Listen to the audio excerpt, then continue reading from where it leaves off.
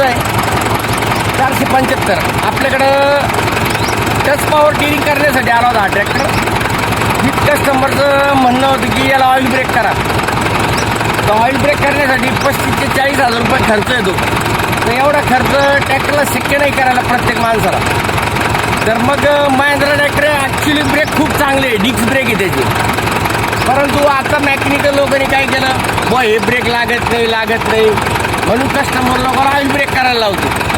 तर ब्रेकच्या मटेरियलसाठी कमीत कमी 30,000 रुपये लागते, प्लस 12-13,000 रुपयाचं ऑइल टाकावं लागतं. तर आपण याला काय केलं, त्याच्या केज बॉड्या, ब्रेक ड्रम आणि डिस्क हे फेस मशीनवरती सरफेस करून आणली आणि याला नवीन TVS कंपनीच्या लायनाच्या प्लेटा टाकल्या.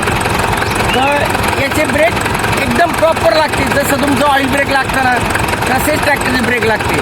परंतु आपले मेकॅनिकल बंधू काय करते, ब्रेक लागत नसतं म्हणजे त्या प्लेटला टच मारते, कोणी ग्राइंडरनी लाईनिंग करतं. तर तसं करू नका. आणि ऑइल ब्रेक पण ट्रॅक्टर करायची गरज नाही, 1001%. आता तुम्हाला ह्या ट्रॅक्टरने मी ब्रेक मारून दाखवतो. ठीक आहे,